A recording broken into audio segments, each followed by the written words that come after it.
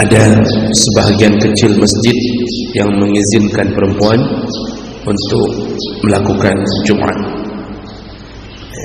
dan saya melihat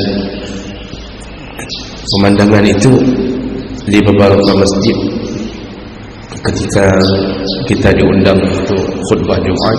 Saya lihat ada masjid-masjid yang mengizinkannya, jadi dibuatkan khusus untuk perempuan di belakang. Dan itu bukan perbuatan sesat, bukan bid'ah. Namun kalau disuruh pilih, perempuan itu lebih bagus tidak ke Jumat. Kalau hari-hari biasa saja Nabi mengatakan salatnya di rumahnya lebih baik daripada di depan pintu rumahnya, dan salat di depan pintu rumahnya lebih baik daripada dia menuju ke masjid.